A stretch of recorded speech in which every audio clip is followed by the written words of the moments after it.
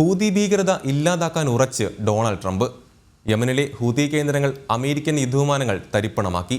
ഹൂതികൾക്ക് നൽകിയ സമയം അവസാനിച്ചെന്നും നരകം അവർക്കുമേൽ മഴയായി പെയ്യുമെന്നും ട്രംപ് പറയുന്നു.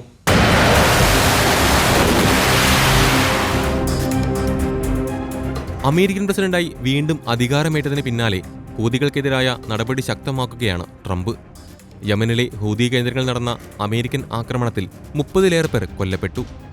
അമേരിക്കൻ കപ്പലുകൾക്കെതിരെ ചെങ്കടലിൽ ഹൂതി വിമതർ തുടർച്ചയായി ആക്രമണം നടത്തുന്ന പശ്ചാത്തലത്തിലാണ് നടപടി.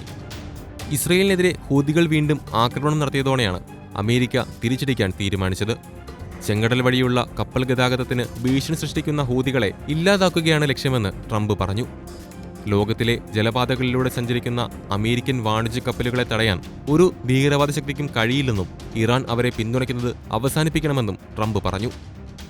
ചെങ്കടലിലെ കപ്പലാക്രമണങ്ങൾ ഹൂതികൾ അവസാനിപ്പിക്കണം, ഇല്ലെങ്കിൽ ദുരന്തമാണ് കാത്തിരിക്കുന്നത്. ട്രംപ് രണ്ടാം തവണ പ്രസിഡന്റായ ശേഷം മധ്യപൂർവ്വദേശത്ത് US നടത്തുന്ന വലിയ സൈനിക നടപടിയാണിത്. ഹൂതികൾക്ക് പ്രധാനമായും പിന്തുണ നൽകുന്ന ഇറാനും ട്രംപ് മുന്നറിയിപ്പ് നൽകി. ഹൂതികൾക്ക് സഹായം ചെയ്യുന്നത് ഇറാൻ നിർത്തണം. അമേരിക്കയെ ഭീഷണിപ്പെടുത്താനാണ് ശ്രമമെങ്കിൽ കാര്യങ്ങൾ വഷളാകുമെന്നും ട്രംപ് മുന്നറിയിപ്പ് നൽകി.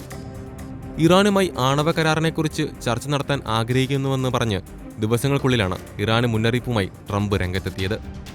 ചെങ്കടലിലൂടെയുള്ള ചരക്ക് നീക്കത്തിന് ഹൂതികൾ കടുത്ത ഭീഷണിയാണ് ഉയർത്തുന്നത്. 2023 ഒക്ടോബർ മുതൽ 2024 മാർച്ച് വരെ 60 കപ്പലുകളെയാണ് ഇവർ ആക്രമിച്ചത്. ചെങ്കടലിലെ ഹാരി എസ് ട്രൂമാൻ വിമാനവാഹിനി കപ്പലിൽ നിന്നുള്ള യുദ്ധവിമാനങ്ങളാണ് സനയിൽ ആക്രമണം നടത്തിയതെന്നാണ് റിപ്പോർട്ട്. അതിനിടെ അമേരിക്ക നടത്തിയ വ്യോമാക്രമണത്തിന് തീർച്ചയായും മറുപടി നൽകുമെന്ന് അൽമസീറ ചാനലിലൂടെ ഹൂതികളും പ്രഖ്യാപിച്ചു. അമേരിക്കയുടെയും ഇസ്രായേലിന്റെയും പതാകയേന്തിയ കപ്പലുകളെ ലക്ഷ്യമിടുമെന്നും ഹൂതികളുടെ നേതാവായ അബ്ദുൽ മാലിക് അൽ ഹൂതി കൂട്ടിച്ചേർത്തു. ഹൂതികളുടെ പ്രഖ്യാപനത്തോടെ ട്രംപിന്റെ നിലപാട് നിർണായകമാകും.